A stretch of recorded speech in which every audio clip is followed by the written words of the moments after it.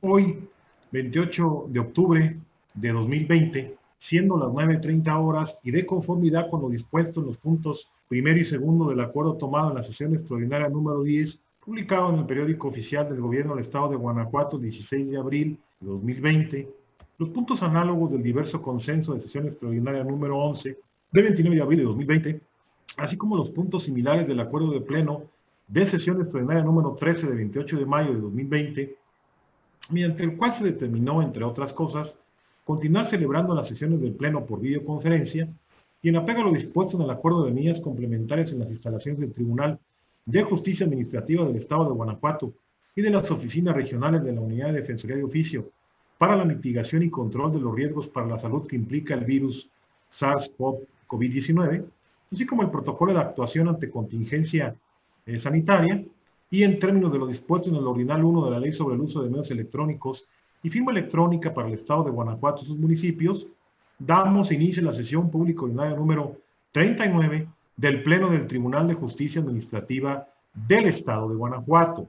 En ese sentido, y con la finalidad de que no exista duda sobre la interacción de los señores magistrados ahora enlazados a través de los medios electrónicos, así como de las personas que tendrán acceso a la sesión una vez que ésta se ponga a disposición del público en general a través del portal web institucional y redes sociales de este órgano jurisdiccional, les pido a los señores magistrados me manifiesten si cuentan con audio y video de la sesión, expresándolo de manera ordenada y conforme al orden numérico asignado a cada sala. Es así que saludo atentamente a la señora magistrado, señores magistrados y secretario general, y acto continuo, le solicito al magistrado Eliberio García Monzón que nos comente lo relativo. Gracias, magistrado presidente. Buenos días, magistrada, magistrados, secretario general de acuerdos. Les hago saber que cuento con audio y video en perfectas condiciones para continuar con el desarrollo de esta sesión. Gracias, señor magistrado. Magistrada Antonia Guillermina Baldomino Guzmán. Buenos días, compañeros magistrados, señor secretario general. Conforme a lo solicitado, les expreso que cuento con audio y video, los veo y los escucho perfectamente para el desarrollo de esta sesión. Gracias, señora magistrada. Magistrado José Cuauhtémoc Chávez Muñoz. Gracias, magistrado presidente. Buenos días, magistrada, magistrados, secretario general. Los veo y los escucho y cuento con audio y video para el desarrollo de esta sesión. Gracias, señor magistrado. Magistrado Arturo Lara Martínez. Buenos días, magistrada, presidente, magistrados, señor secretario. También les comento que cuento con audio y video para el desarrollo de esta sesión. Gracias, señor magistrado. Verificadas así entonces las condiciones de audio y video, manifiesto que es pertinente señalar que cada uno de los integrantes del Pleno manifestará su decisión levantando su mano derecha para efectos del sentido de las votaciones y posteriormente procederá a ratificarlo de manera expresa, asentándose en el acta respectiva tales circunstancias. En caso de que alguno de los presentes requiera agregar algo más o hacer uso de la voz, le pido atentamente lo haga levantando también su mano derecha. Le pido atentamente al señor secretario general continúe con el desarrollo de la sesión.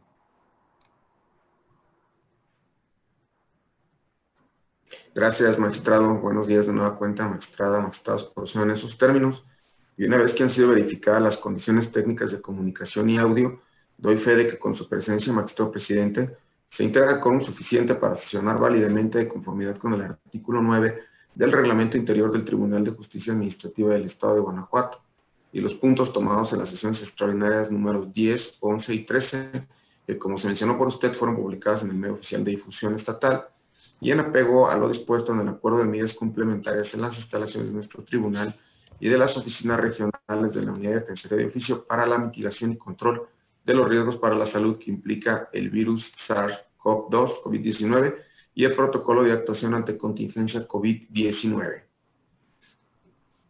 Gracias, señor secretario. Verificado con, se declara abierta la sesión y le solicito al secretario de cuenta del orden del día con los asuntos listados para ponencia. Gracias, magistrado. Procedo informando a este pleno que el orden del día propuesto para esta sesión fue oportunamente notificado a los integrantes de este órgano colegiado y se conforma por la lista de asistencia, la declaratoria de quórum legal 10 ponencias cuyos índices de tocas, actores y autoridades demandadas están escritos en el mismo documento, y por último, asuntos generales, precisando que por petición del magistrado ponente se retira el toca 163/20, listado como cuarto punto del orden del día. Gracias, señor secretario. Atendiendo al orden del día, en primer lugar pongo a su consideración el mismo, y a su vez solicito la dispensa de la lectura del acta de la sesión ordinaria anterior, al habérseles remitido junto con la convocatoria para la presente sesión, y en caso de no tener comentario alguno, solicito que la misma se apruebe. Quienes estén a favor de esta propuesta, sírvanse así manifestarlo. Primera sala, a favor de la propuesta. Segunda sala, a favor de la propuesta. Tercera sala, a favor de la propuesta. Cuarta sala, a favor de la propuesta. Sala especializada, a favor de la propuesta. Señores magistrados, la propuesta ha sido aprobada por unanimidad de votos. Continuando con el orden del día, procedo a exponer las ponencias correspondientes a esta primera sala del tribunal. Para ello abordaré lo relativo al recurso de reclamación radicado bajo el toca 125/20, interpuesto por el inspector de movilidad adscrito a la Dirección General de Transporte del Estado de Guanajuato, autoridad demandada, en contra del acuerdo del 29 de noviembre de 2019 emitido por la magistrada de la tercera sala en el proceso administrativo número 1502/19, en el que se tiene a la autoridad por no contestando la demanda. Es así que ha llegado el momento de resolver lo que en derecho procede. Previo al abordaje del agravio esgrimido por el hoy recurrente, me permito relatar los antecedentes del asunto con algunos de sus circunstancias temporales relevantes. La apoderada legal de una persona acudió ante este tribunal a demandar la nulidad de la boleta de infracción el 24 de junio de 2019. El proceso por orden de turno le tocó conocer a la tercera sala de este tribunal. En torno al asunto que se recurre, el 29 de noviembre del 2019 se acordó tener al inspector de movilidad de la Dirección General de Transporte del Estado por no contestando la demanda. Y conforme con lo anterior, dicha autoridad demandada interpone el recurso de reclamación que ahora se estudia. Esta ponencia considera infundado el agravio expuesto por el recurrente por los siguientes motivos y fundamentos. En síntesis, quien recurre señala que le causa perjuicio el acuerdo emitido por la magistrada, arguyendo que el auto mediante el cual se emitió a trámite la demanda le fue notificado el 19 de septiembre de 2019, no así el 18 del mismo mes y año. De igual manera, ofrece como prueba copia certificada del oficio número 2509/2019 de 17 de septiembre de 2019. Esta ponencia, como antes se ha advertido, considera infundado el agravio esgrimido y por ende insuficiente para modificar el acuerdo controvertido. Contrario a lo que arguye la parte que recurre, de los documentos públicos que oran en el proceso de origen, se advierte que le fue notificado mediante oficio 2509/2019 el emplazamiento de la demanda el 18 de septiembre de 2019. De igual manera, obra en el expediente del proceso de origen la certificación de la notificación en mención que realizó el actuario de este órgano jurisdiccional. Por lo tanto, se otorga valor probatorio pleno a la certificación de la notificación realizada por la actuaría adscrita al Tribunal de Justicia Administrativa del Estado. Lo anterior con fundamento en lo proveído por los artículos 78, 117, 121, 122 y 123 del Código de la Materia, para tener la certeza de que la autoridad demandada fue notificada el 18 de septiembre de 2019, no así el 19 de septiembre de la misma anualidad, como pretende establecer. Es así que es ilustrativa por su relación con el tema la tesis que me permito excitar exclusivamente al rubro. Cédula de notificación suscrita por el actuario constituye legalmente una actuación judicial con pleno valor probatorio. Hasta aquí la cita. En palabras del tercer tribunal colegiado en materia administrativa del sexto circuito, el proceso contencioso administrativo es un fenómeno fundamentalmente dinámico y que se proyecta o desenvuelve en el tiempo. Así, existen ciertas cargas que las partes deben cumplir con el objeto de evitar la pérdida o extinción de sus derechos procesales. Entonces, en tales términos se da el fenómeno de la preclusión procesal, que llega inmerso como objetivos que el proceso se desarrolle mediante un orden determinado, lo que solo se consigue impidiendo mediante tal proceso que las partes ejerciten sus facultades en cualquier momento. Hablo, desde luego, de sus facultades procesales, sin sujeción a principio temporal alguno. Que el proceso esté constituido por diversas secciones o periodos, dedicados cada uno de ellos al desenvolvimiento de determinadas actividades. Concluido cada periodo, no es posible retroceder al tiempo. Como puede advertirse, al respecto a la preclusión procesal, tiene por finalidad llevar un orden del procedimiento y una sujeción a términos, para evitar que no pueda arribarse a su conclusión. Asimismo, dicha figura jurídica impone los límites que, de no ser observados, producen la pérdida de una facultad procesal. Bajo tales premisas, esta ponencia concluye que el inspector de movilidad de la Dirección General de Transporte del Estado fue debidamente emplazado el 18 de septiembre de 2019, por lo que al presentar su contestación de demanda el 4 de octubre de 2019, la misma se encuentra fuera del término de 10 días que prevé el artículo 279 del Código de la materia, feneciendo su débito procesal. Es así que en el cómputo realizado se constata por esa ponencia que la autoridad demandada no contestó en el plazo establecido la demanda interpuesta en su contra, por lo cual precluyó su derecho respectivo. En el orden de ideas precisado, y ante lo infundado al único agravio que esgrime el recurrente, lo procedente a juicio de esta ponencia, y así se propone a este pleno, es confirmar el acuerdo pronunciado por la magistrada de la tercera sala en el proceso de origen.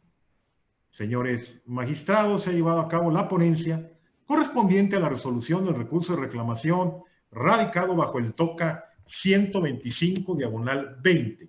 Si están de acuerdo con el sentido impreso a dicha resolución, sírvanse así manifestarlo. Primera sala, a favor de la ponencia. Segunda sala, a favor de la ponencia. Tercera sala, a favor de la ponencia. Cuarta sala, a favor de la ponencia. Sala especializada, a favor de la ponencia. Señores magistrados, la ponencia ha sido aprobada por unanimidad de votos de los magistrados enlazados en esta sesión por vía remota. Continuando con el orden del día, hago ahora alusión a la resolución del recurso de reclamación radicado bajo el TOCA 179/20, interpuesto por la directora de Investigación A de la Secretaría de la Transparencia y Rendición de Cuentas del Estado de Guanajuato, autoridad demandada en el proceso de origen, en contra de la sentencia emitida por el magistrado de la Sala Especializada en el proceso administrativo número 103/19, mediante la cual se decretó la nulidad del acto impugnado. Previo al abordaje del disenso esgrimido por el reclamante, me permito contextualizar el asunto que nos concierne con algunos de sus antecedentes relevantes. Una ciudadana presentó demanda de nulidad en contra de la resolución dictada el 29 de agosto de 2019 por motivo del procedimiento de responsabilidad administrativa mediante el cual se le impuso como sanción una suspensión de 3 días. Seguida la secuela procesal, el magistrado de la Sala Especializada decretó la nulidad de la resolución impugnada y reconoció el derecho instado por el actor. Ante este panorama, la autoridad demandada al presente recurso bajo el agravio que hoy nos corresponde su análisis. En esencia, sostiene la recurrente que, contrario a lo resuelto por el ACU, sí tiene competencia para investigar, sustanciar y resolver respecto de la comisión de faltas administrativas cometidas por servidores públicos estatales, aun cuando éstas se encuentren relacionadas con recursos públicos federales, de conformidad con lo establecido en el artículo 79, fracción cuarta, de la Constitución Política de los Estados Unidos Mexicanos. Esto es, si la infracción que cometió la servidora pública se encuentra prevista en la fracción 19ª del artículo 11 de la Ley de Responsabilidades Administrativas de los servidores públicos del Estado de Guanajuato y sus municipios, vigente en su oportunidad, consistente en abuso del cargo y de manera específica se encuentra regulada en el artículo 51, fracción 14ª del Reglamento Interior del Instituto de Salud Pública del Estado de Guanajuato, al ser la justiciable la encargada de la Dirección de Presupuesto y Recursos Financieros que realizó las transferencias de las cuentas específicas para manejo de los recursos del Fondo de Aportaciones para los Servicios de Salud, por ello, arguye, con sustento en los artículos 1, 2, 3, numeral 1, inciso B, 13, fracción primera, 15, fracciones 13 y 50, inciso D, del entonces Reglamento Interior de la Secretaría de Transparencia y Rendición de Cuentas, aplicable con base y fundamento en los artículos 3 y 4 transitorios de tal ordenamiento reglamentario, la hora recurrente cuenta con facultades para sustanciar, conocer y resolver el procedimiento administrativo disciplinario, no obstante el origen del recurso. Así lo hace notar y valer la reclamante en su agravio en comento. Esta ponencia considera inoperante el agravio que esgrime la parte recurrente en virtud de que constituyen argumentos novedosos a la litis del proceso de origen. En el acuerdo de instauración del procedimiento administrativo emitido el 20 de septiembre de 2016 por la entonces directora de Asesoría Legal, Situación Patrimonial y Responsabilidades de la Secretaría de Transparencia y Rendición de Cuentas, se fundamentó la competencia invocando diversos numerales. Por último, en la resolución dictada el 29 de agosto de 2019 del procedimiento de responsabilidad administrativa aludida, igualmente se hizo acopio de diversos ordinales y dispositivos jurídicos o reglamentarios. De ello se advierte que la autoridad demandada omitió fundar su competencia para instaurar, sustanciar y resolver el procedimiento de responsabilidad administrativa por la probable comisión de una falta administrativa cometida por la impetrante. En efecto, tal como lo refirió el magistrado de la sala especializada, así como del material probatorio que hubo en el proceso de origen, se advierte que la infracción por la cual fue sancionada la justiciable tiene su origen en el ejercicio de recursos públicos federales provenientes del Fondo de Aportaciones para los Servicios de Salud, correspondientes a la cuenta pública 2012. El fondo en mención tiene como objetivo aportar recursos a las entidades federativas para la prestación de servicios de salud a la población. En esa tesitura, la autoridad que hoy recurre carece de atribuciones legales para resolver un procedimiento disciplinario instaurado con motivo del ejercicio de recursos públicos federales, cuya fuente de financiamiento proviene de un ramo general específico.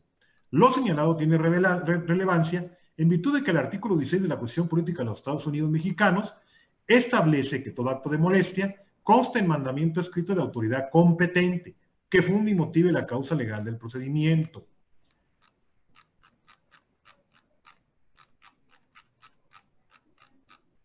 De la interpretación de diversas tesis y jurisprudencias de nuestro más alto tribunal, se advierte que la garantía de fundamentación consagrada en el mencionado artículo 16 de la Constitución Política de los Estados Unidos Mexicanos lleva implícita la idea de exactitud y precisión en la cita de las normas legales que facultan a la autoridad administrativa para emitir sus actos a efecto de otorgar certeza y seguridad jurídica al particular y por tanto asegurar la prerrogativa de su defensa ante un acto que no cumpla con los requisitos legales requeridos.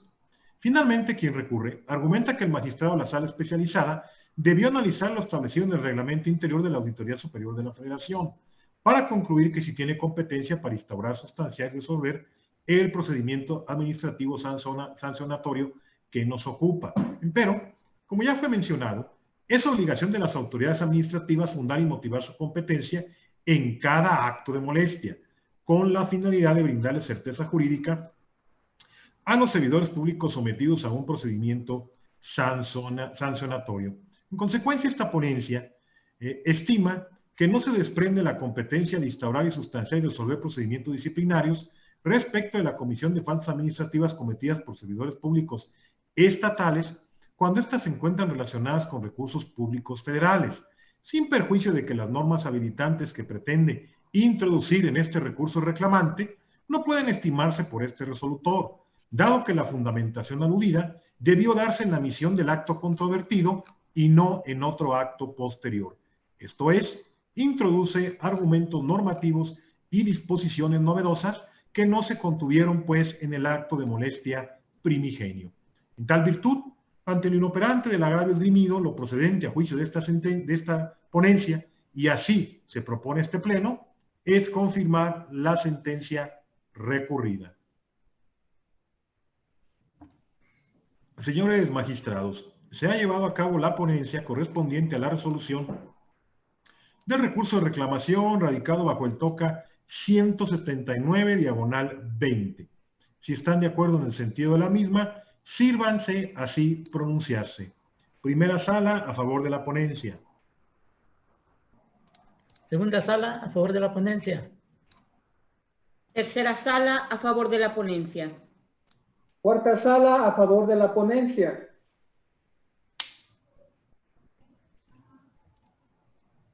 Sala especializada, a favor de la ponencia. Señores magistrados, es así entonces que la ponencia ha sido aprobada por unanimidad de votos de los magistrados presentes en esta sesión remota. Continuando con el orden del día, hago ahora alusión a la resolución del recurso de reclamación radicado bajo el TOCA 214/20, interpuesto por el autorizado del subprocurador regional A de la Procuraduría Ambiental y de Ordenamiento Territorial del Estado de Guanajuato, en contra de la sentencia emitida por la magistrada de la tercera sala en el proceso administrativo número 1133/19, en donde se decretó la nulidad total del acto impugnado. Previo al abordaje del disenso esgrimido por el reclamante, me permito contextualizar el asunto que hoy nos concierne con algunos de sus antecedentes en orden cronológico. Una persona en su calidad de apoderada legal de una sociedad persona moral presentó demanda de nulidad en contra de una resolución emitida el 21 de marzo de 2019, dictada dentro de un expediente administrativo emitida por el subprocurador regional A de la Procuraduría Ambiental y de Ordenamiento Territorial del Estado de Guanajuato, asunto que fue turnado a la magistrada de la tercera sala de este tribunal, quien el 6 de enero de la presente anualidad decretó la nulidad total del acto controvertido. Ante este panorama, quien representa la parte demandada presenta el recurso que hoy nos corresponde su resolución. El agravio que esgrime quien recurre, esta ponencia lo estima inoperante y, por ende, insuficiente para modificar o revocar la resolución que se recurre, como se acreditará enseguida.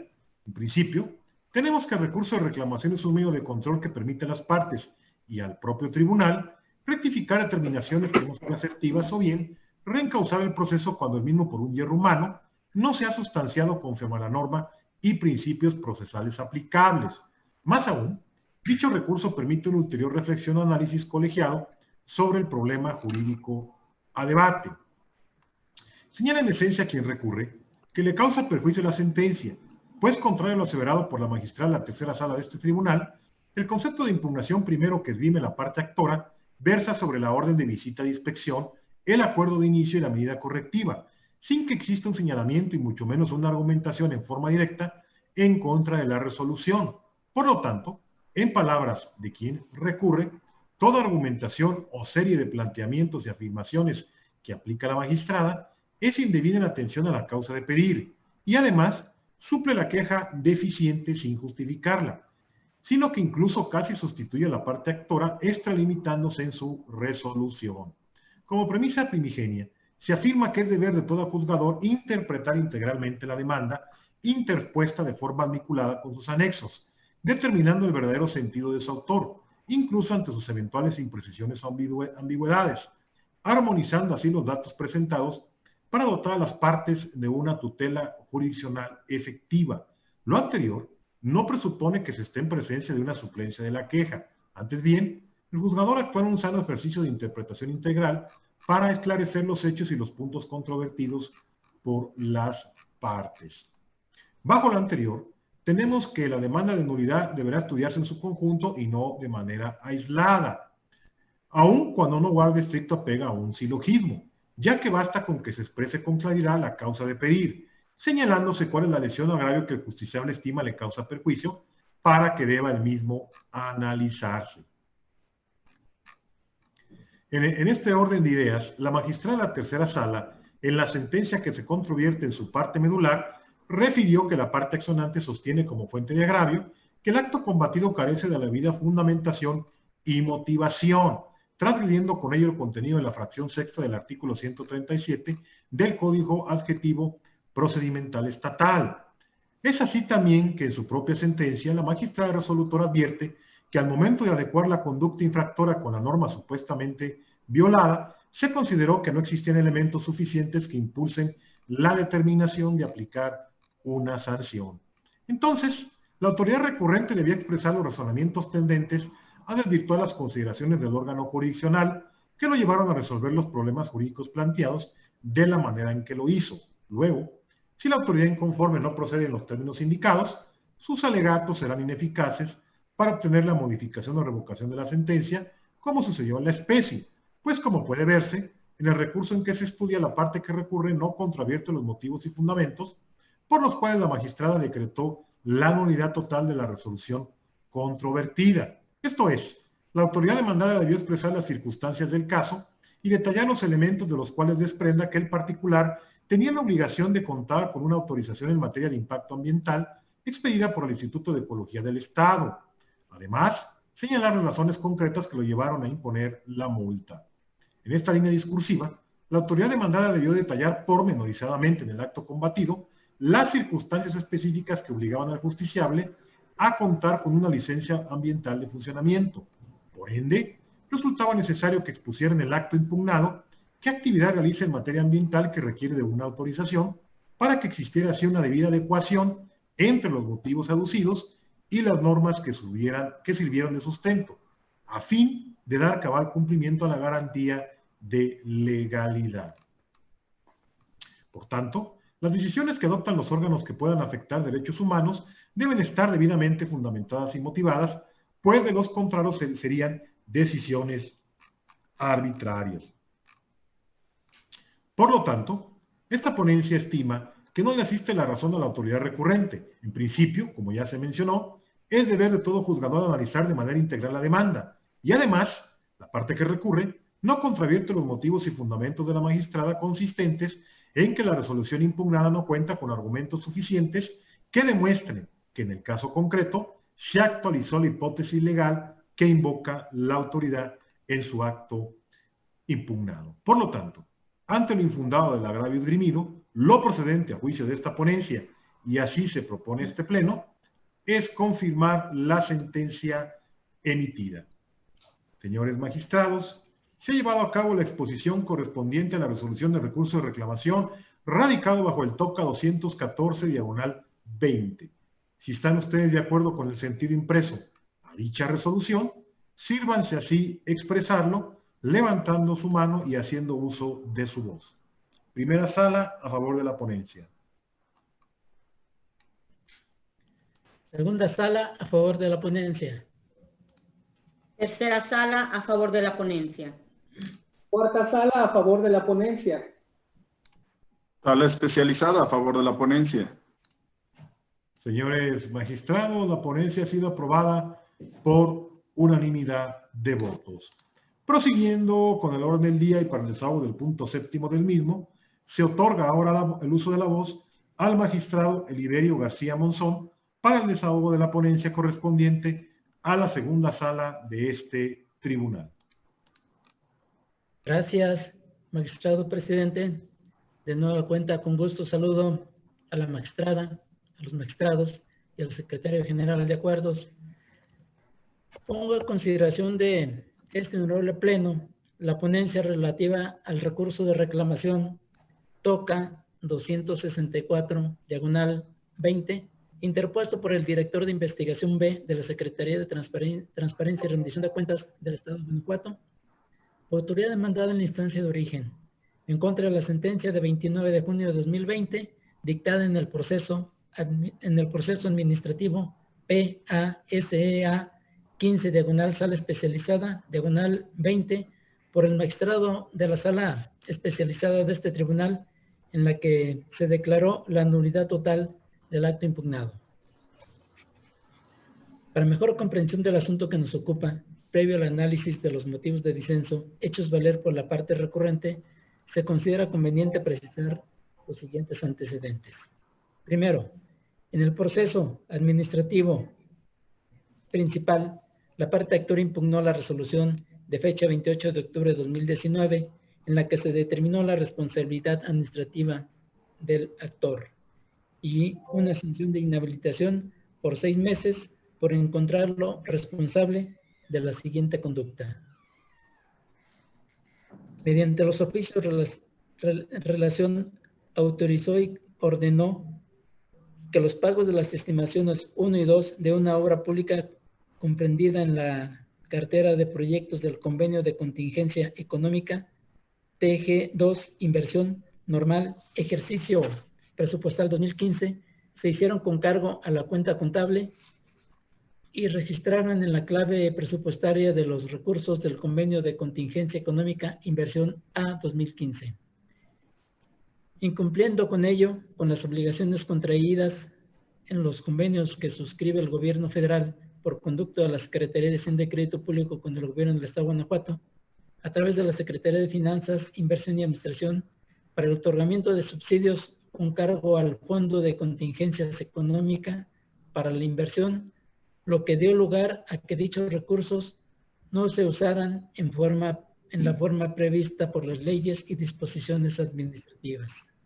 Segundo, en el cuarto, considerando la sentencia recurrida, se declaró la nulidad por incompetencia de la autoridad para revisar y sancionar gestiones de recursos federales en atención a que, en el resultado relativo a la competencia de la resolución controvertida, no se hizo referencia al acuerdo de coordinación para el fortalecimiento del sistema estatal de control y evaluación de la gestión pública y colaboración en materia de transparencia y combate a la corrupción, celebrado entre el Ejecutivo Federal a través de la Secretaría de la Función Pública y el Ejecutivo del Estado Libre y Soberano Guanajuato, pero además lo dispuesto en la cláusula quinta de ese acuerdo no constituye una delegación de atribuciones.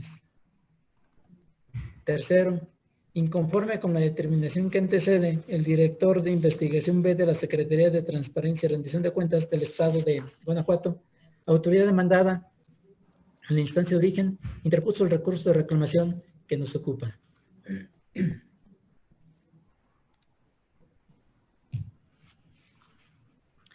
En el único concepto de agravio, identificado como segundo, la parte recurrente en esencia señaló que la nulidad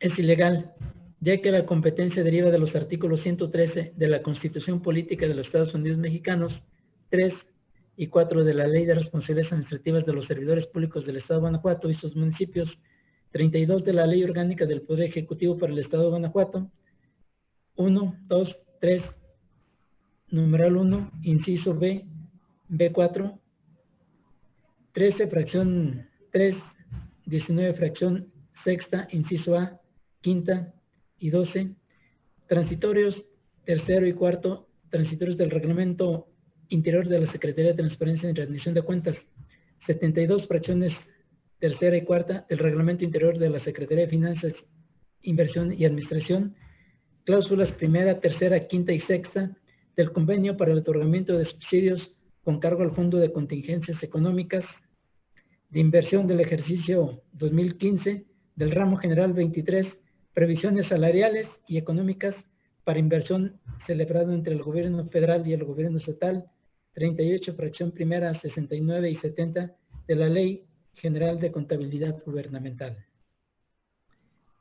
Es inoperante este concepto de agravio por las siguientes razones jurídicas.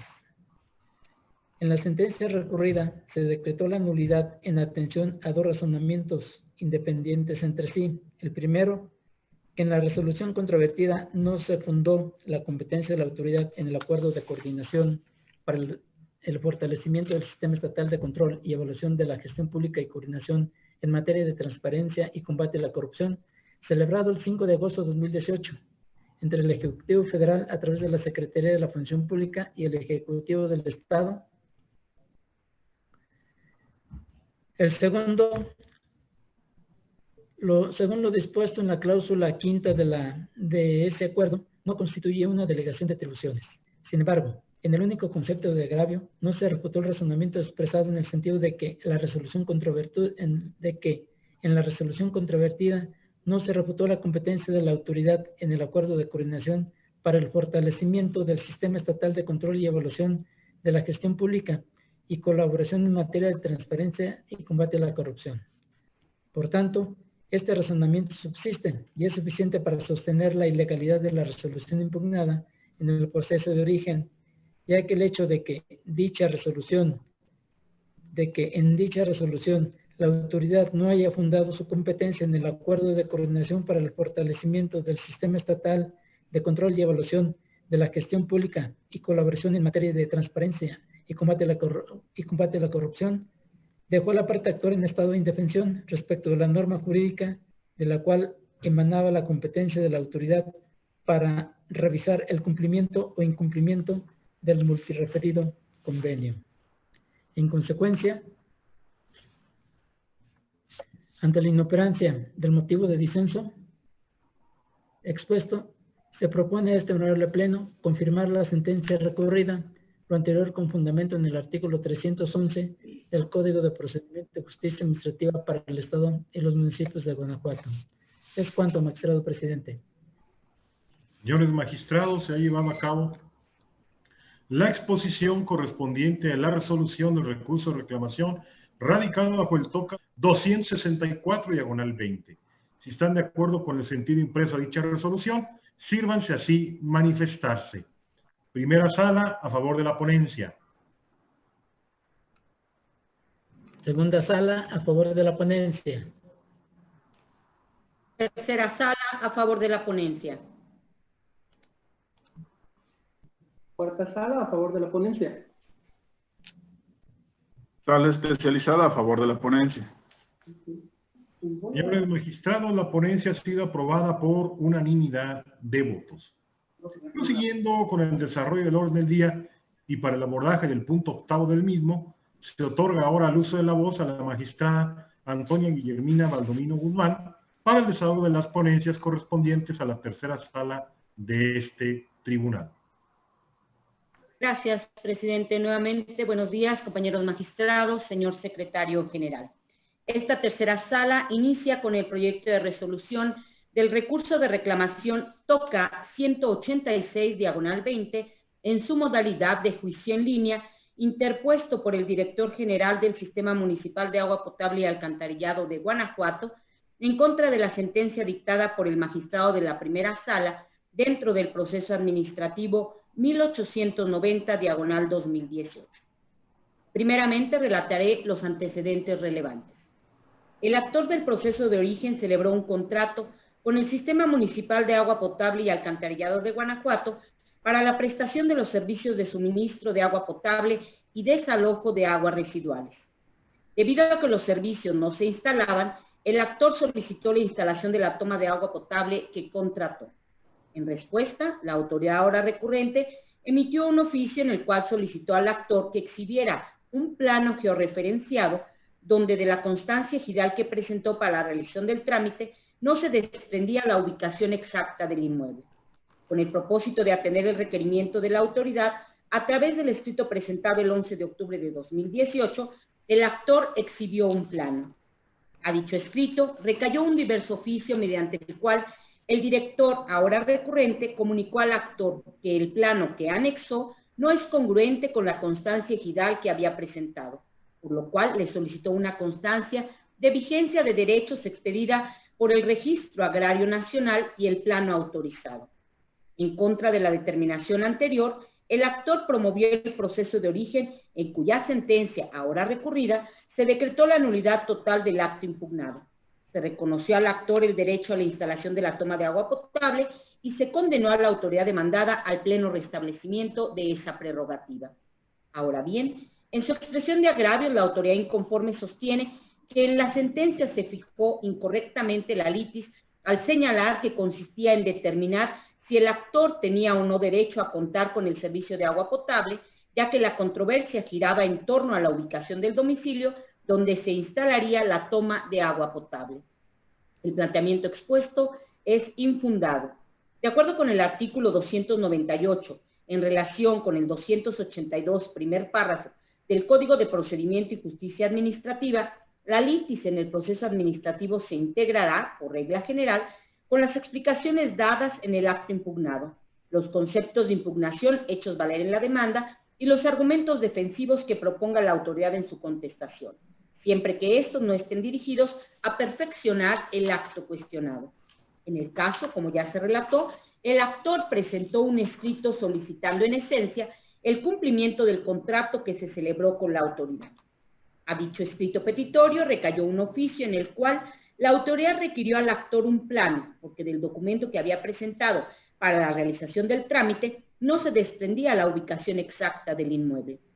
Con la intención de atender el requerimiento de la autoridad, el actor exhibió el plano requerido. Sin embargo, la autoridad emitió un nuevo oficio en el cual comunicó al actor que el plano que anexó no era congruente con la constancia ejidal, por lo cual le solicitó nueva documentación. En su demanda, el actor sostuvo la ilegalidad del acto, argumentando que adolecía de una indebida fundamentación y motivación, porque el contrato entraña el derecho a su favor a recibir el servicio que contrató. También alegó que si la autoridad consideraba que había una discrepancia entre los documentos presentados respecto a las medidas y colindancias del predio, debió formularle un requerimiento independiente a la instalación de la toma.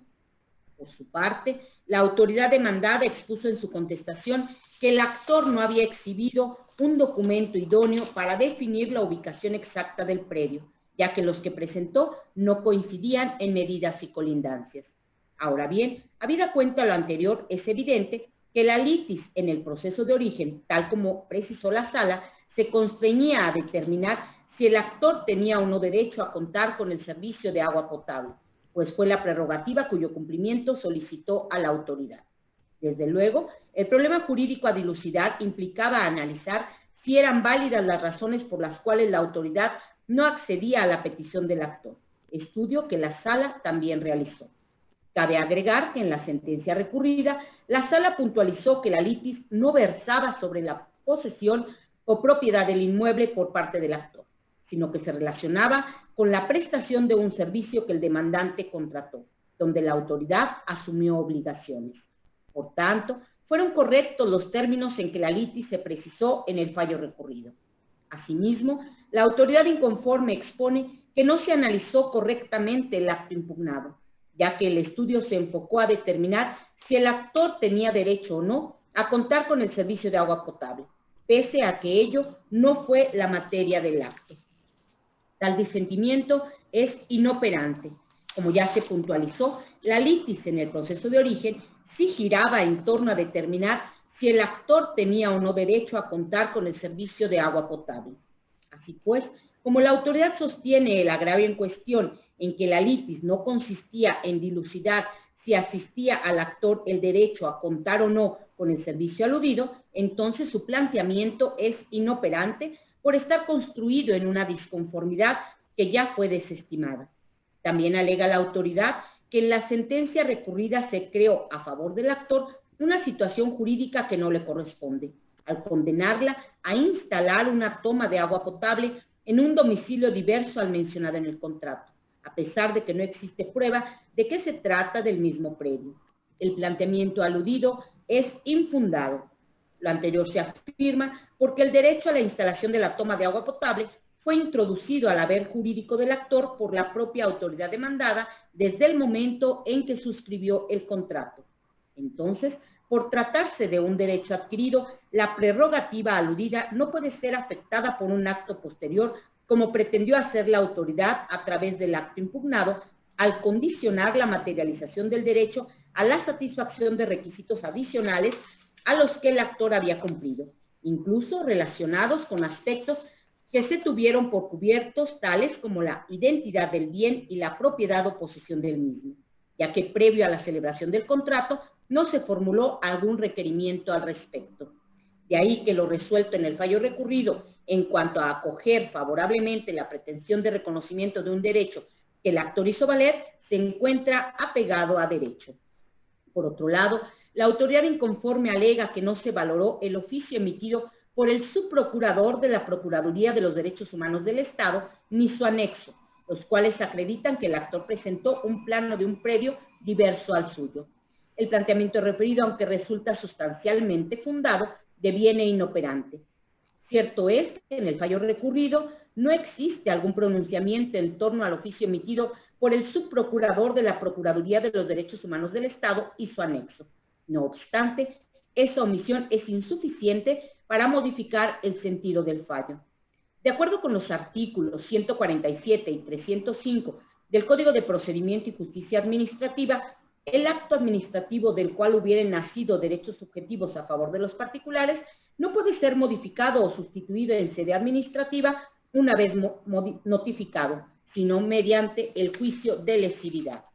En el caso, como ya se explicó, el actor cuenta con un derecho adquirido a la instalación de la toma que la propia autoridad ahora recurrente incorporó a su esfera jurídica con la celebración del contrato. Ahora, si la autoridad suscribió el contrato, ello significó que previamente verificó, entre otras cuestiones, la existencia del predio donde el actor pretendía que se instalara la toma de agua potable, incluso las medidas y colindancias del inmueble, lo que a su vez implicaba revisar que la documentación exhibida por el interesado correspondía a la realidad. Por tanto, aun cuando el actor no hubiere presentado la constancia ejidal correcta, como se plasmó en el anexo al oficio emitido por el subprocurador de los derechos humanos, la autoridad no podía emplear tal circunstancia para desconocer el derecho que con anterioridad le había otorgado. En todo caso, la autoridad debió realizar las gestiones necesarias a fin de concretar la materialización de la prerrogativa a favor del actor o promover juicio de lesividad. Así las cosas, aun cuando le asiste la razón a la autoridad recurrente en relación con la omisión en la que incurrió la sala al no pronunciarse en torno al oficio del subprocurador de la Procuraduría de los Derechos Humanos del Estado y su anexo, el agravio hecho valer se torna inoperante por insuficiente. Finalmente, la autoridad inconforme alega que de manera indebida se acogieron las pretensiones del actor sin haber acreditado la identidad del inmueble objeto de la prestación del servicio. Agrega que no se tomó en consideración la posible invasión o despojo de terrenos propiedad del tercero con derecho incompatible, ya que no otorgó debidamente el valor que tiene la escritura pública. La disertación anterior también es inoperante. En el desarrollo de este proyecto se ha puntualizado que la misma autoridad recurrente introdujo a la esfera jurídica del actor el derecho a la instalación de la toma en el momento en que suscribió el contrato. Derivado de ello, se ha sostenido que la autoridad no puede desconocer la prerrogativa aludida, condicionando su concreción a la satisfacción de requisitos que tuvo por satisfechos. Luego, dado que en el agravio en comento la autoridad sostiene que la sala soslayó que el actor no acreditó la identidad del bien y la existencia de un posible conflicto en torno a la posesión del predio, entonces dicho agravio es inoperante porque está sustentado en un argumento que ya fue desestimado. Por tanto, como resultado de la ineficacia de los agravios vertidos por la autoridad inconforme, esta ponencia propone confirmar la sentencia dictada por la primera sala. Señores magistrados, se ha llevado a cabo la exposición correspondiente a la resolución del recurso de reclamación radicado bajo el TOCA 186/20. Si están ustedes de acuerdo con el sentido impresa de dicha resolución, sírvanse así expresarlo. Primera sala, a favor de la ponencia. Segunda sala, a favor de la ponencia. Tercera sala, a favor de la ponencia. Cuarta sala, a favor de la ponencia. A la especializada, a favor de la ponencia. Señores magistrados, la ponencia ha sido aprobada por unanimidad de votos. Continuando con el desarrollo del orden del día y para el abordaje del punto 9 del mismo, hace uso de la voz la magistrada Antonia Guillermina Baldovino Guzmán. Gracias.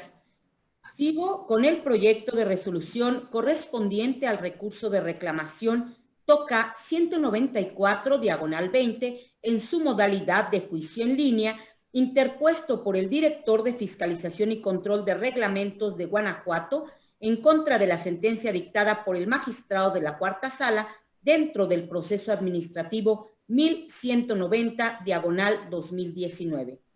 A manera de preámbulo referiré que en la instancia primigenia se controvertió la legalidad del acto mediante el cual la autoridad ahora recurrente negó a la parte actora el permiso que solicitó para comercializar pescados y mariscos en la vía pública. En el fallo recurrido, se decretó la nulidad del acto impugnado para efecto de que la autoridad demandada emita otro acto en el cual otorgara el permiso solicitado. Se reconoció al actor el derecho a la expedición del permiso y se condenó a la autoridad demandada al pleno restablecimiento de esa prerrogativa. Ahora bien, en su expresión de agravio, la autoridad inconforme alega medularmente que la sala excedió el ejercicio de sus atribuciones porque analizó el dictamen emitido por el secretario de Seguridad Ciudadana, aun cuando no fue señalado como acto impugnado. El planteamiento de la autoridad es inoperante. En el fallo recurrido, la Sala primeramente destacó que la autoridad negó a la parte actora el permiso que solicitó porque la dirección no cuenta con antecedentes del año anterior a la solicitud de sus necesidades de espacio y giro, por cuestiones de seguridad ciudadana, conforme al inciso C, punto primero del acto impugnado, y no se cuenta con el espacio requerido. Enseguida, la Sala adujo que la autoridad omitió citar la norma jurídica que estableciera como requisito contar con antecedentes del año pasado sobre las necesidades de espacio y giro, aunado a que no consideró que las personas solicitaron dicho permiso por primera vez. La Sala resaltó que el artículo 17 del reglamento para la comercialización en la vía pública en el municipio de Guanajuato no establece como requisito contar con antecedentes del año pasado sobre las necesidades de espacio y giro, como lo refirió la autoridad demandada. Menos aún que dicho antecedente deba ser considerado para otorgar o negar el permiso, como se desprende del artículo 23 del mismo reglamento municipal. En torno a la segunda razón en que la autoridad demandada sustentó su negativa a otorgar el permiso por cuestiones de seguridad ciudadana, conforme al inciso C, punto primero, la Sala destacó que en el acto impugnado no se hacía referencia alguna al inciso identificado con la letra C y que la autoridad no especificó cuáles o en qué consistían esas cuestiones de seguridad ciudadana. Agregó la Sala que en el acto impugnado la autoridad no expuso de manera pormenorizada las razones o circunstancias por las cuales consideró que no era procedente otorgar el permiso por cuestiones de seguridad ciudadana, ya que ni siquiera precisó razonamiento alguno con apoyo en el cual arribó a tal conclusión. En este punto, la Sala hizo referencia al dictamen de 27 de febrero de 2019 aportado al proceso por la autoridad demandada, en el cual el secretario de Seguridad Ciudadana indicó que no era factible el otorgamiento del permiso solicitado para conservar la imagen urbana turística, así como la seguridad de los habitantes. La Sala enfatizó que en el citado dictamen no se plasmó la forma en que el secretario de Seguridad Ciudadana evaluó los dictámenes que invocó, emitidos por diversas direcciones municipales, ni se emitió razonamiento alguno para señalar cómo se afectaría la imagen urbana turística de la ciudad de haber otorgado el permiso solicitado y cómo se vería afectada la seguridad de los habitantes. En contraste, la Sala expuso que en el documento donde se establece la recepción y radicación de la solicitud de la parte actora, la autoridad inconforme indicó que se colmaron los requisitos establecidos en el artículo 17 del Reglamento para la Comercialización en la Vía Pública en el municipio de Guanajuato. De lo hasta aquí narrado se desprende que el argumento toral por el cual la Sala concluyó la ilegalidad del acto fue que las razones expuestas por la autoridad en el acto cuestionado para negar el permiso eran ambiguas y carecían de sustento normativo. Razonamiento que no es refutado, ya que la autoridad centra su expresión de agravios en el análisis indebido desde su perspectiva al dictamen emitido por el secretario de Seguridad Ciudadana. Además, la Sala analizó el dictamen porque fue aportado por la autoridad con la finalidad de justificar el sentido del acto impugnado. Así fue que, derivado de ese estudio, la Sala concluyó que el dictamen presentaba una motivación insuficiente, razón por la cual estimó que no justificaba la negativa a la solicitud planteada por la parte actora. Cabe agregar que en el acto impugnado no se hace alusión alguna al citado dictamen, de manera que al haber sido invocado hasta la contestación de demanda, no es jurídicamente factible tomar conformidad con el artículo 282, primer párrafo del Código de Procedimiento y Justicia Administrativa, porque está dirigido a perfeccionar el acto impugnado. Así pues, como el planteamiento que expone la autoridad inconforme en su escrito impugnativo no combate frontalmente la decisión que la Sala asumió en la sentencia recurrida, entonces es inoperante. Por tanto, como resultado de la ineficacia de los agravios vertidos por la autoridad inconforme, esta ponencia propone confirmar la sentencia dictada por la Cuarta Sala. Señores magistrados, se ha llevado a cabo la ponencia relativa a la resolución del recurso de reclamación radicado bajo el TOCA 194/20. Si están de acuerdo con la misma, sírvanse así expresarlo. Primera Sala, a favor de la ponencia. Segunda sala, a favor de la ponencia. Tercera sala, a favor de la ponencia. Cuarta sala, a favor de la ponencia. Sala especializada, a favor de la ponencia. Señores magistrados, la ponencia ha sido aprobada por unanimidad de votos.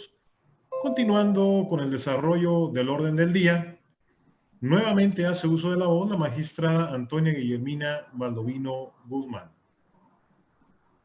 Finalizo la intervención de esta tercera sala con el proyecto de resolución correspondiente al recurso de reclamación TOCA 241/20, interpuesto por la directora de Catastro de León en contra del acuerdo dictado por el magistrado de la primera sala dentro del proceso administrativo 2357/2019, en el cual se le tuvo por no contestando la ampliación de demanda. En su expresión de agravios, la autoridad inconforme sostiene que depositó su escrito de contestación a la ampliación de demanda en la oficina de correos el 18 de junio de 2020. Esto es, dentro del término concedido, ya que este fenecía hasta el posterior día 24. Refiere que, de acuerdo con el artículo 279 del Código de Procedimiento y Justicia Administrativa, cuando la autoridad demandada tenga su domicilio fuera de la ciudad donde reside el tribunal, podrá remitir su promoción por correo certificado con acuse de recibo, siempre que el envío se efectúe en el lugar en que resida la autoridad. El planteamiento aludido es infundado. Cierto es que, de acuerdo con el artículo 279, primer párrafo, del Código de Procedimiento y Justicia Administrativa, cuando la autoridad demandada tiene su domicilio fuera de la sede del tribunal, podrá enviar la contestación de la demanda mediante correo certificado con acuse de recibo, en cuyo caso se tendrá como fecha de presentación el día en que fue depositada en la oficina de correos. Sin embargo, respecto a la contestación a la ampliación de demanda, no existe disposición alguna en el citado código en el sentido de que cuando dicha promoción se envíe por correo certificado con acuse de recibo, se tendrá por presentada el día en que fue depositada en la oficina del Servicio Postal Mexicano. Ahora, si el legislador no previó de forma expresa que cuando la contestación a la ampliación de demanda se envíe por correo, se tendrá por presentada en la fecha en que se haya depositado en la oficina de correos, como sí lo hizo con relación a la contestación de la demanda en el artículo 279, entonces debe considerarse que la intención del legislador en el supuesto mencionado es que la fecha que se tomará en cuenta será aquella en la que el tribunal reciba la contestación a la ampliación de la demanda. Estimar lo contrario implicaría otorgar al artículo 285 del Código de Procedimiento y Justicia Administrativa un alcance diverso al pretendido por el legislador, pues se reitera, si su intención hubiera sido que cuando la contestación a la ampliación de demanda se enviara por correo, la fecha a considerar fuera aquella en la que se depositó en la oficina de correos, así lo hubiera expresamente establecido en dicho cuerpo normativo. En el caso, según obra en el expediente de origen, la ahora autoridad recurrente envió por correo certificado su escrito de contestación a la ampliación de demanda. Dicha pieza postal fue depositada el 18 de junio de 2020 en la oficina de Correos de León y recibida en este tribunal hasta el 26 del mismo mes y año. Luego, como el término para que la autoridad demandada diera contestación a la ampliación de la demanda feneció el 24 de junio de 2020, según el cómputo realizado en el auto recurrido, entonces la decisión de la sala de tener a la autoridad ahora recurrente por no dando contestación a la ampliación de demanda fue correcta, habida cuenta que, como se ha explicado, la fecha que debe considerarse es aquella en que se recibió en el tribunal. Así pues, como resultado de la ineficacia del agravio vertido por la autoridad inconforme, esta ponencia propone confirmar el acuerdo dictado por la primera sala.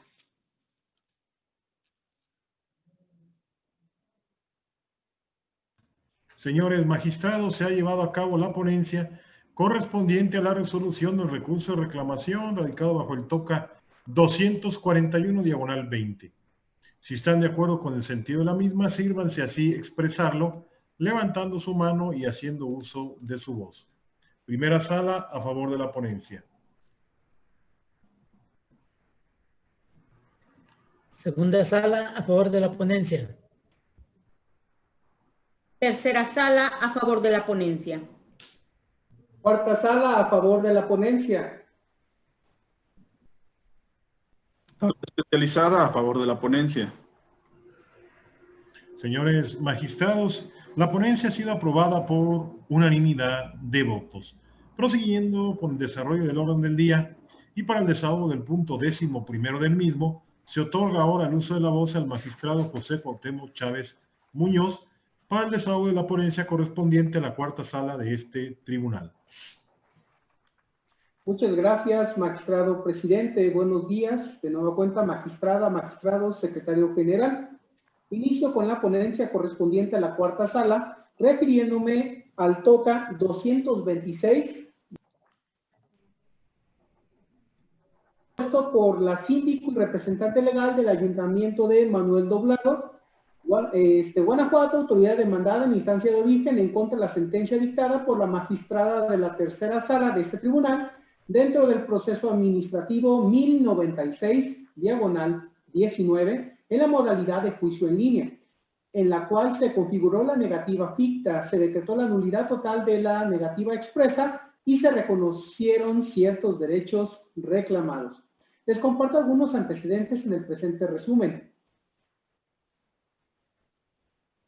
Fue pactado el contrato de obra pública a precios unitarios y tiempo determinado entre el municipio ya aludido y el contratista, advirtiéndose que en el pactado contrato se determinó que el objeto era la encomienda al contratista y la obligación de éste realizar hasta su total terminación de la obra. Asimismo, al momento de concertar el contrato referido, se determinó que la forma de pago se realizaría mediante la formulación de estimaciones.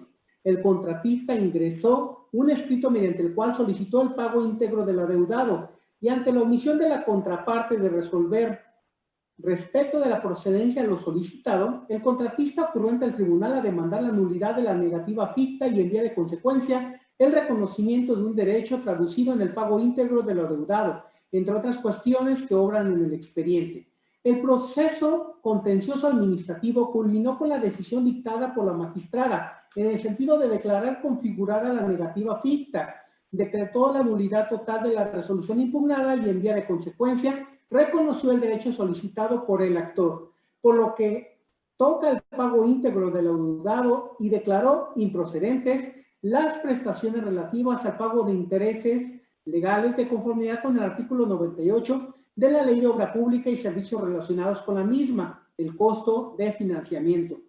Inconforme con el sentido del fallo, la autoridad demandada en la instancia de origen interpuso el presente recurso, que ahora se resuelve. Así tenemos que los motivos de disenso expuestos por la recurrente a juicio de esta ponencia resultan ineficaces para revocar o modificar la sentencia recurrida. Me explico. En los agravios primero, segundo y tercero, la parte inconforme arguye que la sala emite una decisión desacertada, pues las documentales anexadas por el actor consistentes en los anexos 6, 7 y 8 no pueden ser valorados como documentales públicas como lo hizo la sala, ya que son documentos privados al no ser emitidos por ninguna autoridad, ya que se trata de facturas, las marcadas como anexos 6 y 7, que son copias al carbón, y el anexo 8, a pesar de ser original, sigue siendo un documento privado.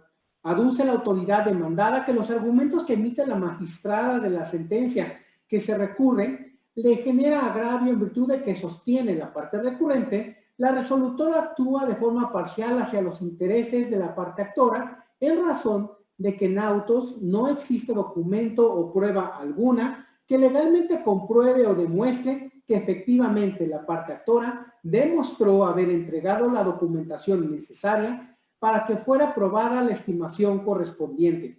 Pues bien, a juicio de esta ponencia, las anteriores disertaciones devienen inoperantes para revocar o modificar la sentencia recurrida, ya que el principio de estricto derecho que impera tratándose del recurso de reclamación obliga a que la parte inconforme con una determinada resolución demuestre la ilegalidad de esta, so pena de que sea confirmada en su perjuicio. Constatada la manera en que se orientó la impugnación, se tiene que tales aseveraciones resultan inoperantes, pues con ellas no se combaten las consideraciones que dio la sala para resolver en el sentido que lo hizo, según se justificó tal calificativa en la presente resolución, y que por economía no se refieren en este resumen y que son del conocimiento del presente pleno.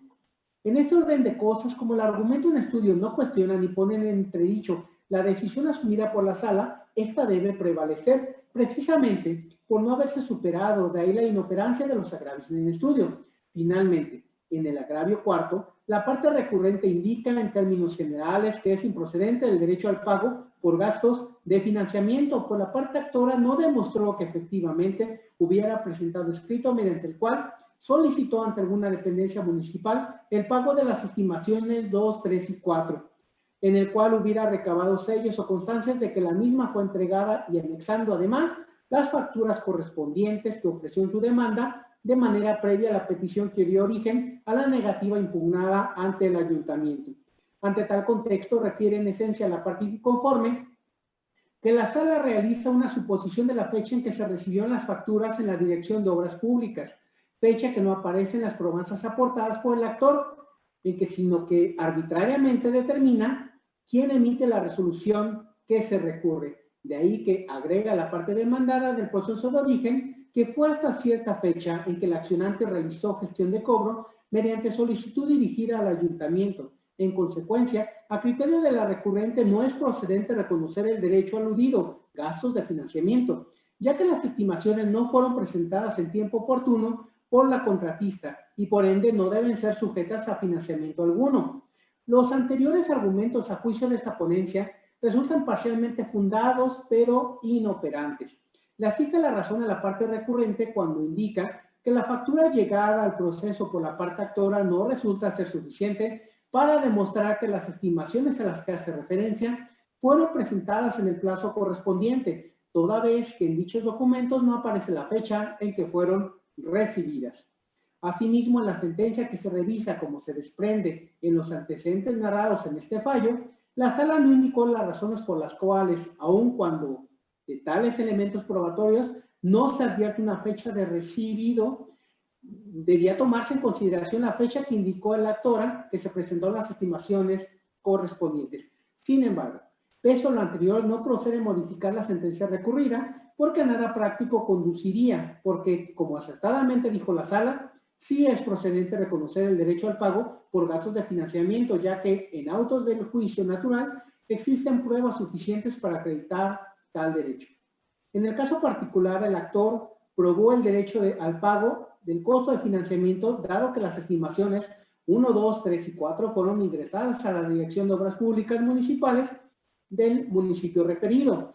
Respectivamente, lo anterior es así, ya que la parte demandada allegó al proceso, dentro de los elementos probatorios que ofreció en su contestación de demanda, diversas bitácoras de obra cuya autenticidad no fue puesta en duda en el proceso.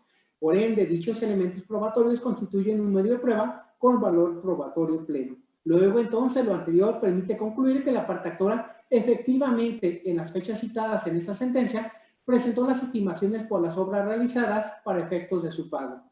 Se reitera que debe otorgarse pleno valor probatorio a los hechos conferidos en las bitácoras de la obra, al ser precisamente estas los documentos privados en los que ambas partes obligaron a asentar los hechos e incidencias que ocurran durante el desarrollo de la obra y que incluso tienen una normativa específica en cuanto a la forma, contenido y formalidades que se deben cumplir para que sean válidas. No pasa inadvertido que de las constancias que obran en el proceso de origen, en el expediente electrónico, no obra la bitácora de obra que se refiere en el ingreso de la estimación 4.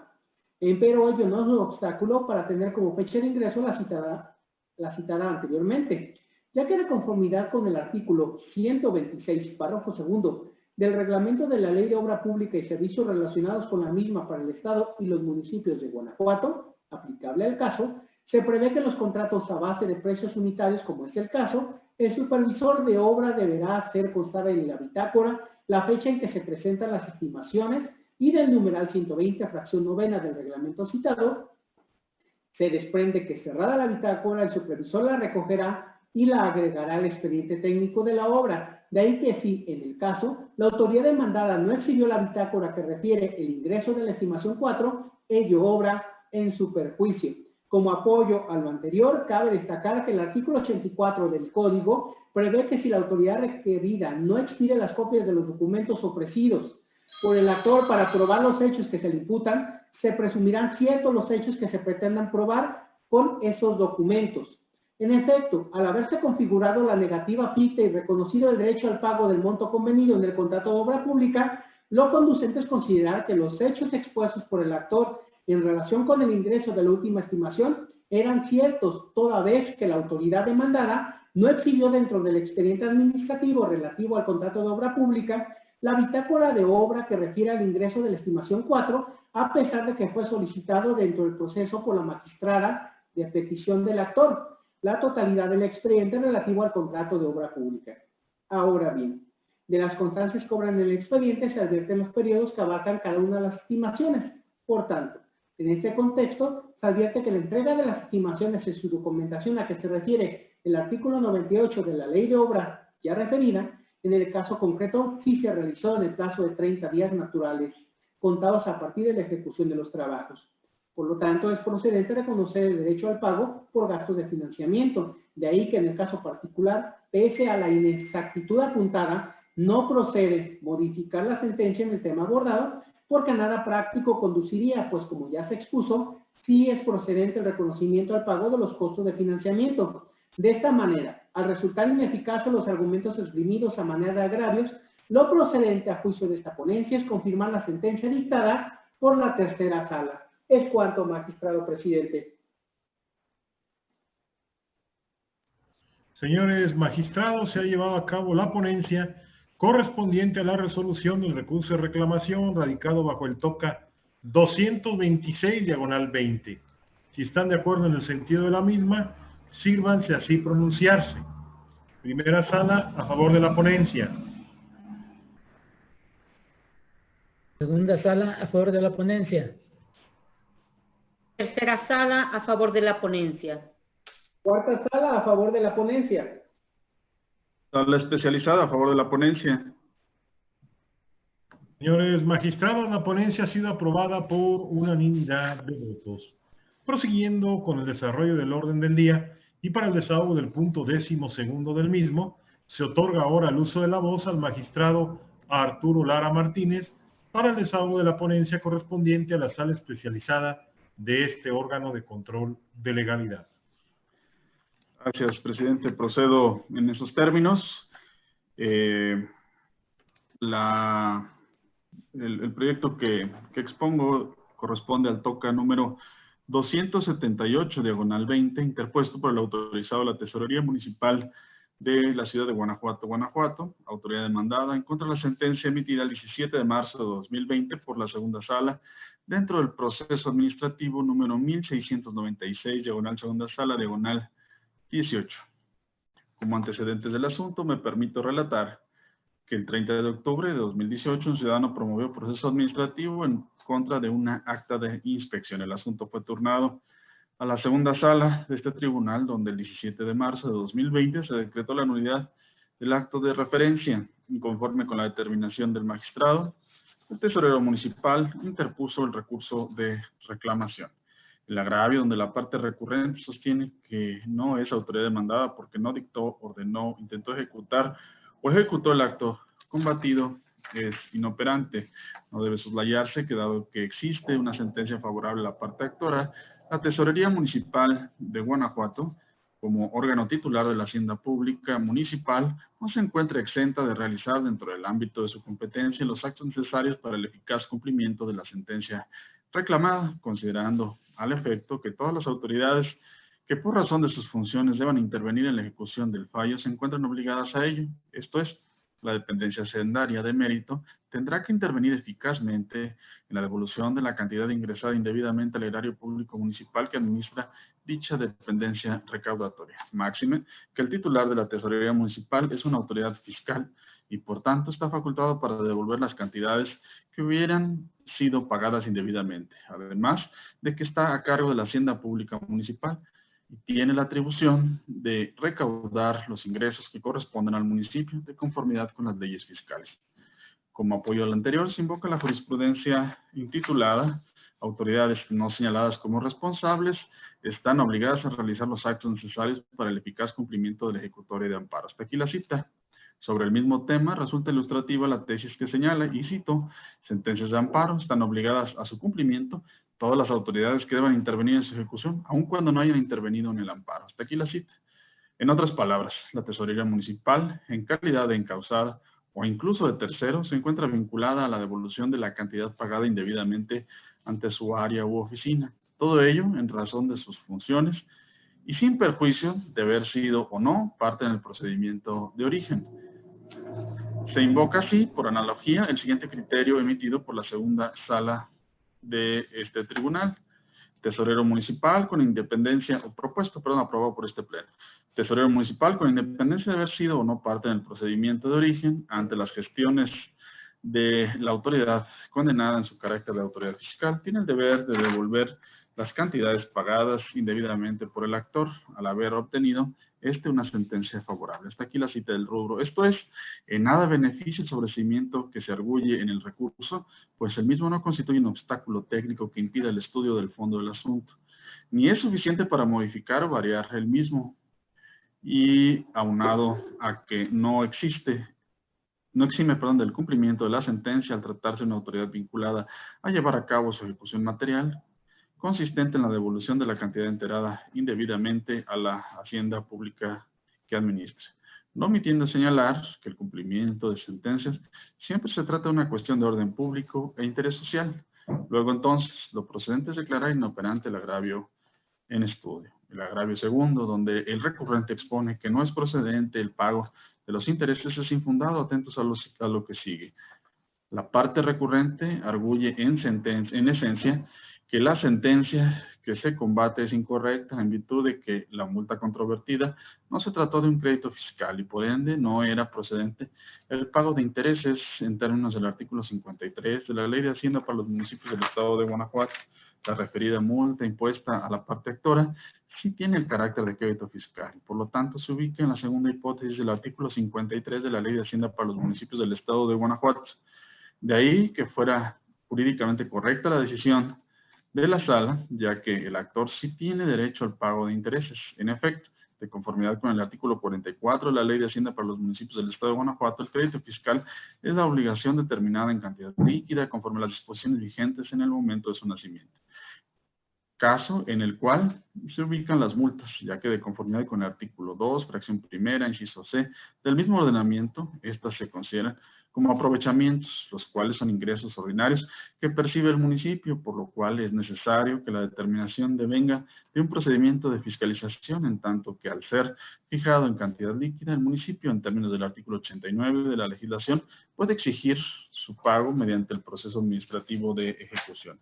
En el caso, como ya se dijo, con motivo de la infracción administrativa se puso a la parte actora una multa, la cual fue declarada nula mediante sentencia emitida por la Sala CUG. En ese contexto, se puede determinar que, contrariamente a lo que estima la parte recurrente, sí existió un crédito fiscal a cargo de la parte actora, debido a que se le fijó cantidad líquida que debía de pagar a propósito de la infracción, lo que encuadra en la definición de crédito fiscal que consigna el diverso 44 de la Ley de Hacienda para los municipios del Estado de Guanajuato.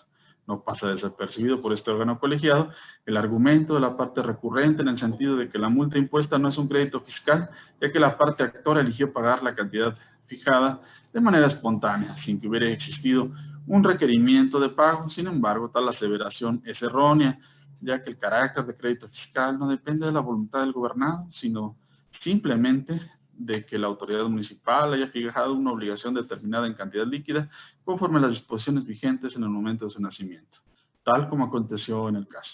Establecido lo anterior, este tribunal en pleno puede afirmar válidamente que en la especie referida la multa impuesta a la parte actora sí tiene el carácter de crédito fiscal. Consecuentemente, si se declaró la nulidad de esta, es claro que en términos del artículo 53, párrafo segundo de la Ley de Hacienda para los municipios del Estado de Guanajuato, procede la condena al pago de intereses en atención a las siguientes consideraciones. Del análisis del artículo 53 de la Ley de Hacienda para los municipios del Estado de Guanajuato, se advierte que la procedencia del pago de intereses en el supuesto mencionado requiere la concurrencia de los siguientes elementos. 1. El establecimiento de un crédito fiscal por la autoridad en contra de un contribuyente. 2. La realización del pago de ese crédito fiscal. 3. La inconformidad del contribuyente con el crédito fiscal pagado, manifiesta a través del ejercicio de algún medio de defensa legal. 4. La resolución de la impugnación a favor del particular inconforme, declarando la nulidad del crédito fiscal. Con base en lo anterior, se concluye que en el caso sí procede el pago de intereses, ya que concurren los elementos apuntados, a saber, 1. La comisión por la falta administrativa se impuso a la parte actora como sanción una multa. El actor realizó el pago de esa multa como se advierte del caudal probatorio. 3. En contra de dicha infracción, el actor promovió proceso administrativo. Y 4. Ante la ilegalidad de la infracción, se decretó la nulidad de la sentencia que se revise. Así pues, el pago de intereses es parte del cumplimiento de la sentencia, porque al declararse la nulidad total del acto administrativo que derivó en la imposición de la multa, entonces el pago efectuado por el actor se considera como un pago de lo indebido y, por ende, debe ser devuelto con sus respectivos intereses conforme a la tasa que señala la Ley de Ingresos del municipio que corresponda para los recargos sobre la cantidad pagada indebidamente y a partir de que se efectuó el pago. Por lo tanto, se propone a este Pleno confirmar la sentencia dictada por la Sala.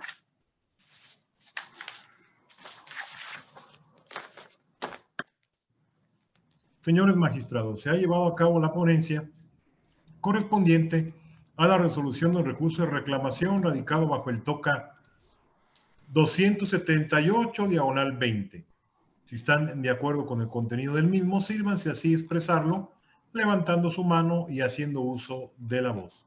Primera sala, a favor de la ponencia. Segunda sala, a favor de la ponencia. Tercera sala, a favor de la ponencia.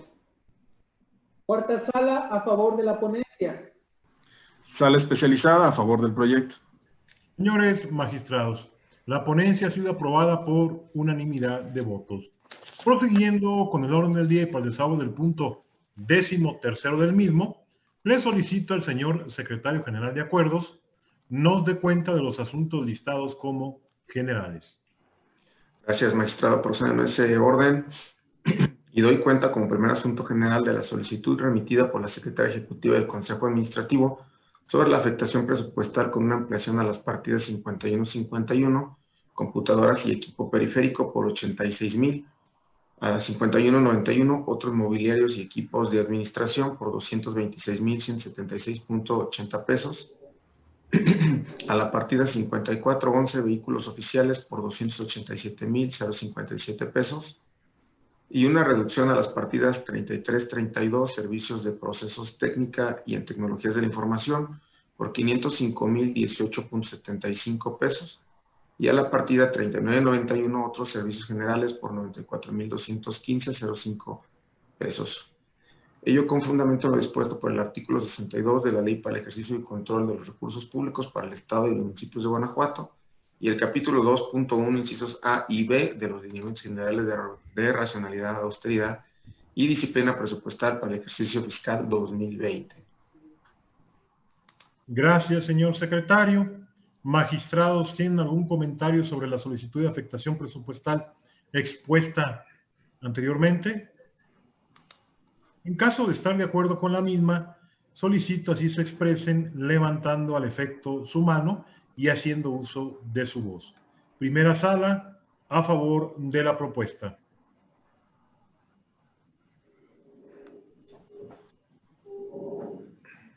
Segunda sala, a favor de la propuesta. Tercera sala, a favor de la propuesta. Cuarta sala, a favor de la propuesta. Sala especializada, a favor de la propuesta. Señores magistrados, la propuesta ha sido aprobada por unanimidad de votos. Continúe, señor secretario, con los asuntos generales. Gracias.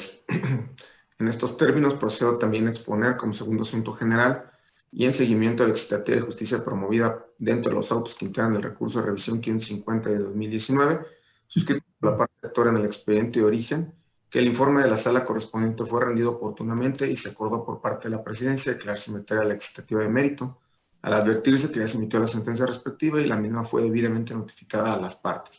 Lo anterior en términos de los artículos 315, 16 y 318 del Código de Procedimiento y Justicia Administrativa para el Estado y los municipios de Guanajuato. Señores magistrados, ¿tienen algún comentario sobre la determinación tomada por esta presidencia en el sentido de declarar sin materia la excitativa de mérito antes relatada? Así, en términos de los artículos 315, 316 y 318 del Código de Procedimiento y Justicia Administrativa antes citado,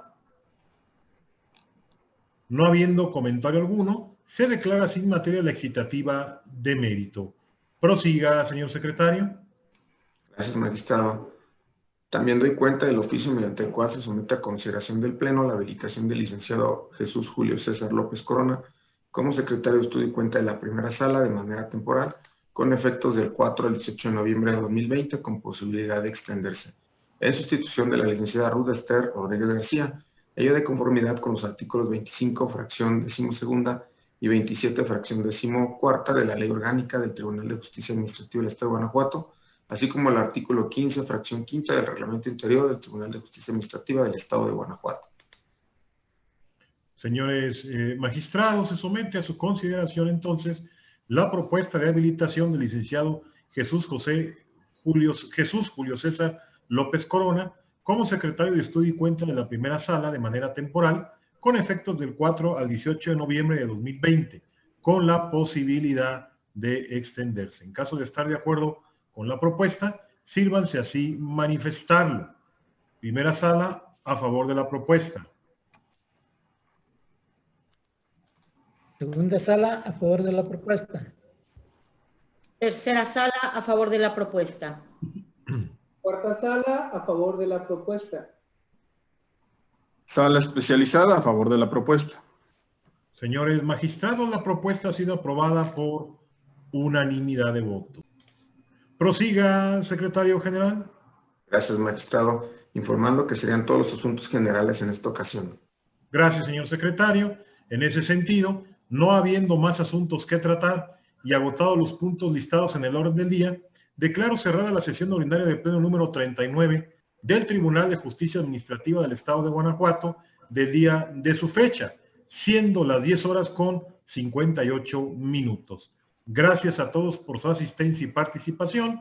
Señora magistrada, señores magistrados y secretario general, que tengan todos un excelente día. Muchas gracias. Realmente. Sí.